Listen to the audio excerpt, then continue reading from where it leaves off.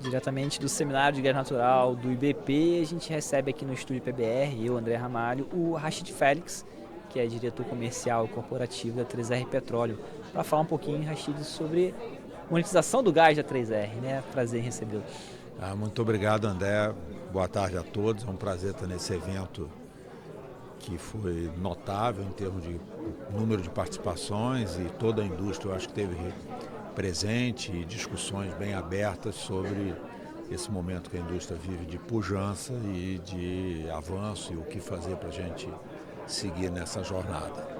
Perfeito, acho que reflete bem o momento do mercado, né, de abertura, né, e a entrada de novos agentes. A 3R é um deles, né, e eu queria falar um pouquinho contigo justamente sobre os planos da 3R para o gás, né.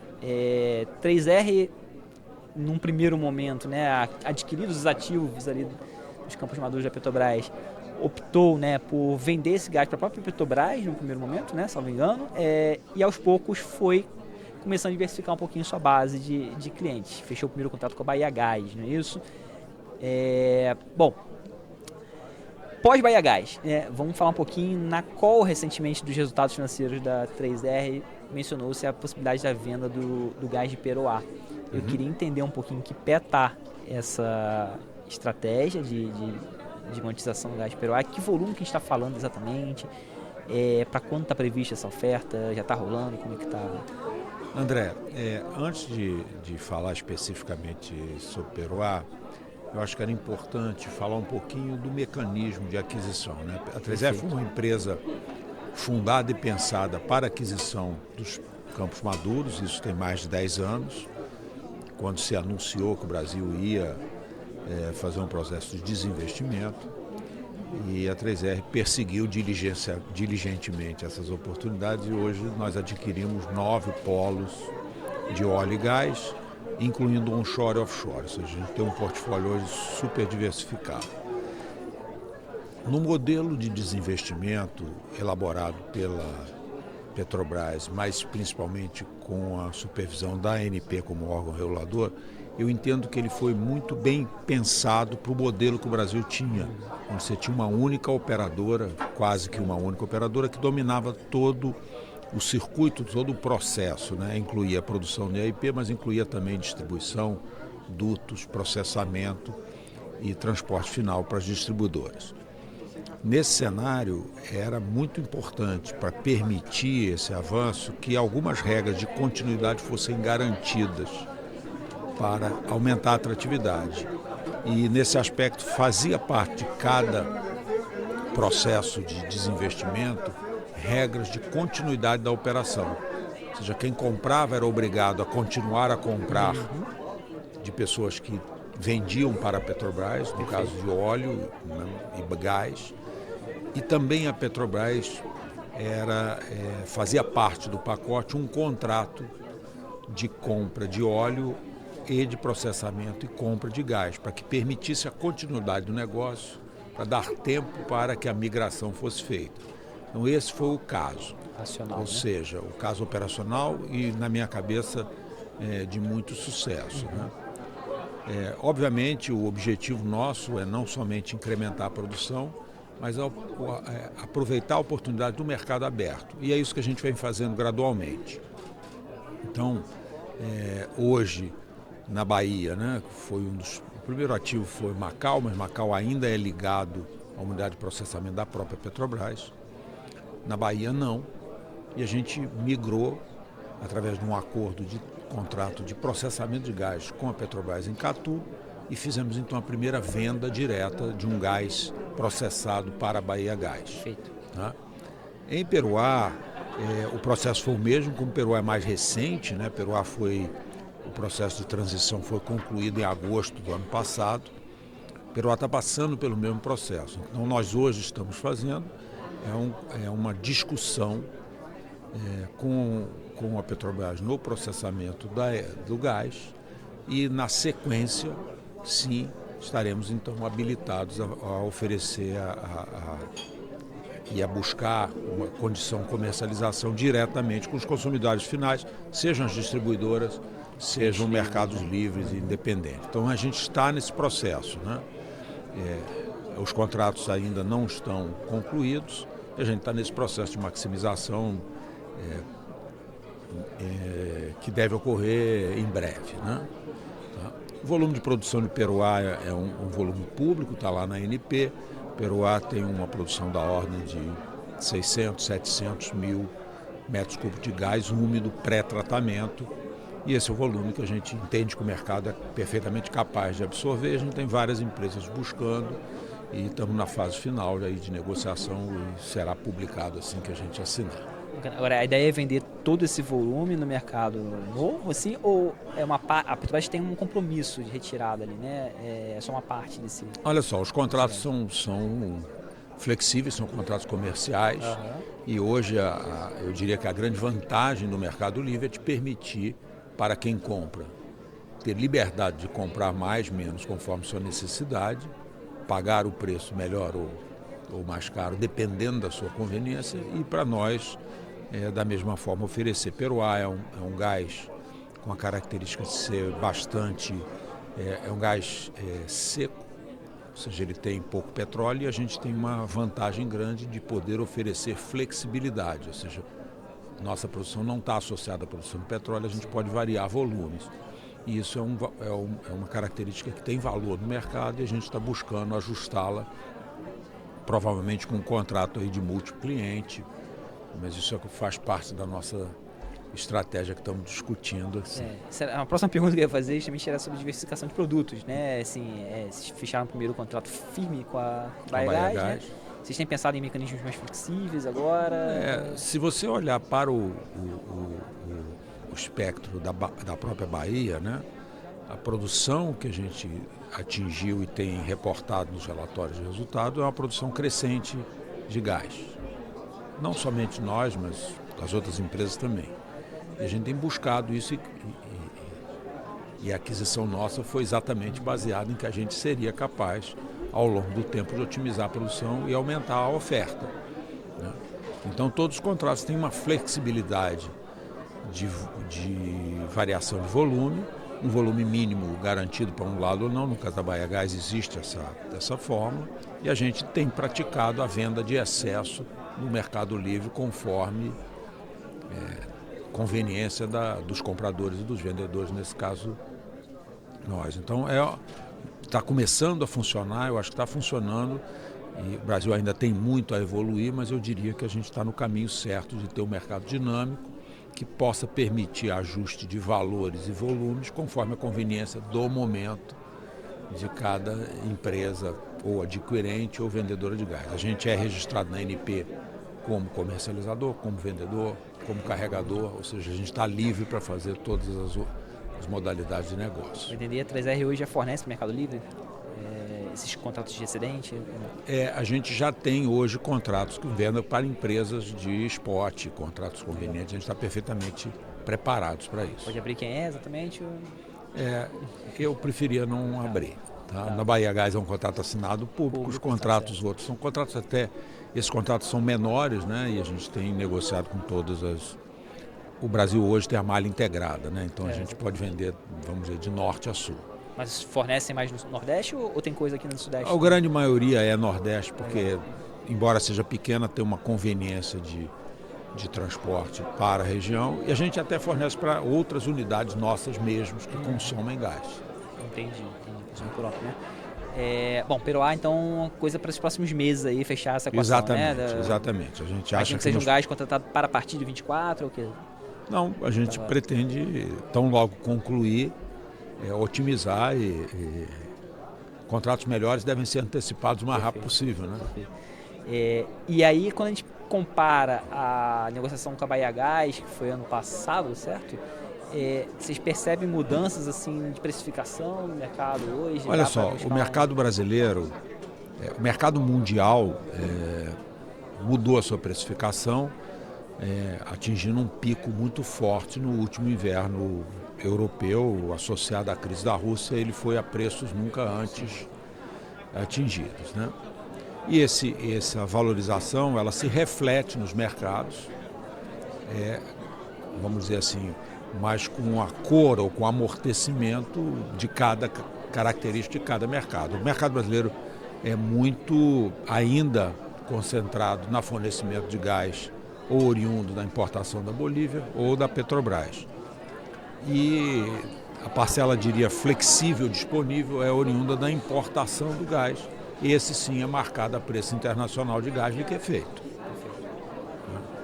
Então eu diria que a gente teve um pico de preço muito forte no início do ano, final do ano passado, e esse mercado hoje se acomodou a um nível de preços menores, mas ainda bastante convenientes e eu diria bastante superiores aos níveis, vamos dizer, históricos de um passado longínquo, né? E aí o resto a gente espera que realmente o Brasil consiga trabalhar na questão de demanda e oferta. E o seminário hoje ficou bem claro isso, você participou.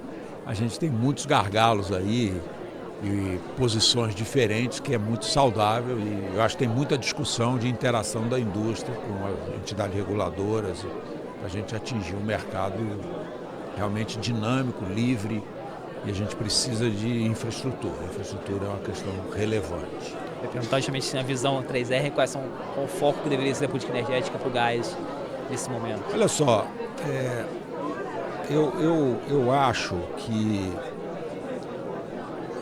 a gente precisa criar a demanda. Se você olhar o consumo de gás brasileiro, ele é um consumo estável, né? Há muitos anos, só crescendo organicamente com o crescimento do país.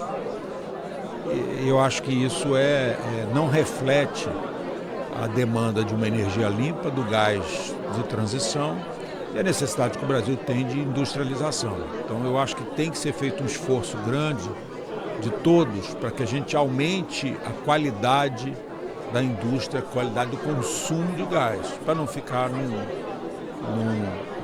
numa demanda estagnada na demanda automotiva, na demanda doméstica e picos dependendo se chove ou não chove, né? Acho que o Brasil tem uma capacidade de aumentar a sua indústria e acho que a gente finalmente vê esse movimento de reindustrialização, de fazer uma indústria mais verde, e o gás eu acho que é o caminho para isso. Quando isto acontecer, e eu acredito que seja próximo, nós vamos ter uma mudança muito forte no perfil. E a gente tem gás de boa qualidade, tem diversidade de produtores, a gente precisa resolver isso para estimular investimento, que é um investimento de risco na produção de gás novo. 3R está para concluir, né, a aquisição do Polo Potiguar, né, esperando a reta final, acho que na call dos investidores, esses mencionaram inclusive que era perspectiva para esse mês ainda, né? A aquisição está concluída, né? Nós temos um contrato assinado, né? E nós estamos agora na fase de transição, que é efetivamente a fase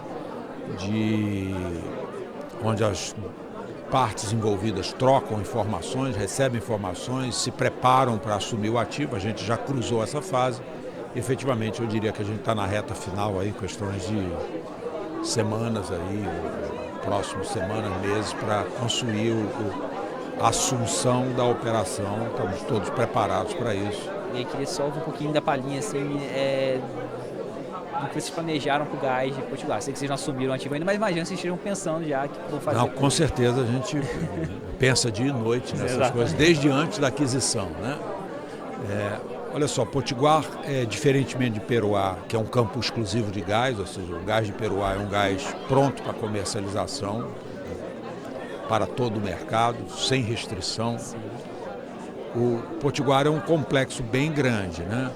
Onde a gente hoje tem uma unidade de tratamento de gás que presta serviço de processamento para terceiros, né? No caso atual, a própria 3R no seu campo de Macau processa seu gás em Guamaré, tá?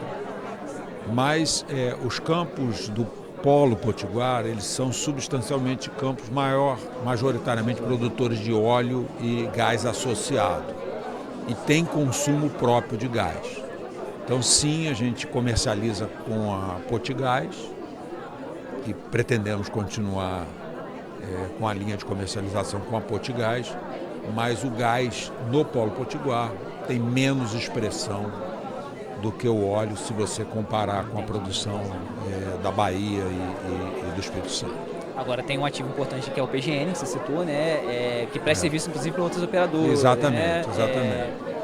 Entender se a ideia é manter, né, aberto para novas... Não, não, obrigatório. Né? Não somente é obrigatório, mas a gente pretende sim que isso seja um serviço mantido, porque ele estimula o mercado local, aumentar o seu volume. A base de remuneração de vocês também. Isso, e se você olhar o ativo industrial, ele é uma central de processamento e comercialização e prestação de serviço. Então, e aí a gente queria entender se você acha que já é possível pensar numa ampliação, talvez, do PGN ali? Ela ainda tem uma capacidade maior do que a produção, lembrando que ela foi dimensionada nos tempos em que os ativos eram novos, como quase todos os ativos da Petrobras. Então eu acho que a primeira etapa a gente não tem na UPGM nenhuma limitação de volume de produção, não. Entendi. A gente precisa ganhar eficiência como em todos os outros ativos. Né? Você mencionou o gás ali, vai ser mais marginal para o mercado, né? Não vai ter nada muito expressivo. O gás, a UPGN hoje não tem limitação. Vamos dizer, se você não, digo assim, comprar um gás lá, vamos tratar para você com muito prazer. Digo assim, a produção de gás, né, como você disse que é muito focado em óleo e parte desse consumo é direcionado para o próprio consumo interno ali, né, do polo, mas não deve sobrar muita coisa mesmo. Não sobra. Ser uma coisa mais marginal, né? Porque a produção até não é tão relevante, né? 3R tem algum plano, faz parte assim do escopo de vocês de monetização do gás, termoelétricas, entrar na verticalização? Não, hoje a gente já pensou muito, já estudou muito esse assunto. E esse assunto é um assunto muito específico, de capital intensivo, e é um outro negócio. A 3R hoje está focada, vamos dizer, na segunda fase do seu processo, pós-aquisição dos ativos, otimização, produção, ganho de eficiência e atingimento de uma operação de muito mais valor agregado aos seus acionistas e ao mercado como um todo. Né? Perfeito. E para a gente finalizar, concluir, o Rachid, na tua visão, a gente deveria priorizar nesse momento, né, de política gás, quais são os riscos envolvidos? Eventualmente a gente teve, né, a Petrobras reavaliando aí suas vendas de ativos. Vocês têm mantido preocupação quanto ao prosseguimento dessa abertura? Eu acredito, André, que a questão, a gente acredita muito, né, no modelo da diversificação. O Brasil hoje já tem mais de 10 empresas chamadas independentes, né, fora as empresas estrangeiras maiores que estão produzindo, atuando. E os fatos são bem concretos. A produção aumentou, os resultados melhoraram, o volume de empregos aumentou e vai continuar aumentando. Eu acho que esse modelo ele já era usado há muito tempo, né? Se você olhar o Mar do Norte, o Golfo do México, ou a própria Estados Unidos, o Canadá, são modelos que começaram estatais ou foram muito importantes do ponto de vista estatal e migraram. E eu acho que o modelo brasileiro hoje esse modelo é eficaz. Se você olhar as características de requerimento de capital investido, de velocidade e de duração dos projetos do offshore brasileiro, que eu diria que é a província de negócio mais importante do mundo hoje na área de energia, é o óleo e gás brasileiro, no offshore. O onshore tem ainda um potencial de recuperação de reserva muito grande, foi muito pouco que se fez. Então é natural que esse modelo migre e eu acho que ele é vencedor. Né? Ele é vencedor, você consegue ter mais foco e mais eficiência uma empresa onde aquele ativo é muito importante para ela. Isso é natural. Então, a gente não tem julgamento sobre o que a Petrobras decide fazer com seus ativos, mas eu diria que, como modelo da indústria para o país, eu acho que esse processo de diversificação de operadoras é muito importante sob todos os aspectos.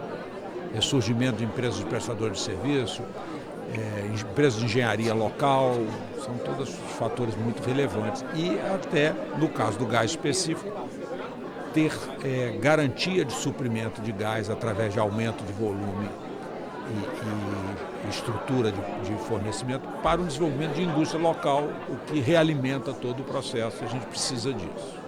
Perfeito. Bom, o Estúdio BR entrevistou aqui o Rachid Félix, diretor comercial e corporativo da 3R Petróleo.